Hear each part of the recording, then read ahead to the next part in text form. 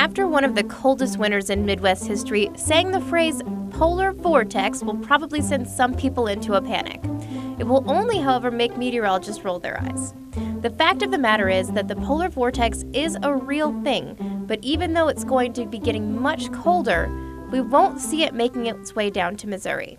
Well, first off, let's start out with one fact. The polar vortex is real, and it's mainly situated at the poles in the upper levels of the atmosphere. We're talking about some very, very cold air, but it does usually stay just to our north, around the poles, around the Greenland area, and we're not expecting it to really make it into our area as we are heading through the rest of the week. What we're actually looking at as we are heading into the rest of the week is going to be the components from former tropical storm Nuri. That's causing very high pressure over the Pacific Northwest. We do see this very large ridge, and what goes up must come down, and we are on the other side of that. That's where all of this is coming down, and we are seeing much colder air brought down from that polar jet stream.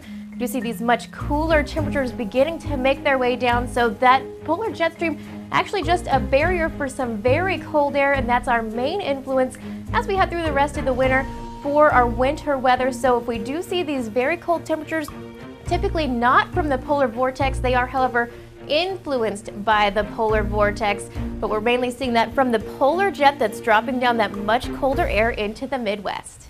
So, even though the polar vortex is not bringing us the cold, feel free to be angry at the jet stream, which is forecast to bring us temperatures about 20 degrees below average for what could be the next 2 weeks.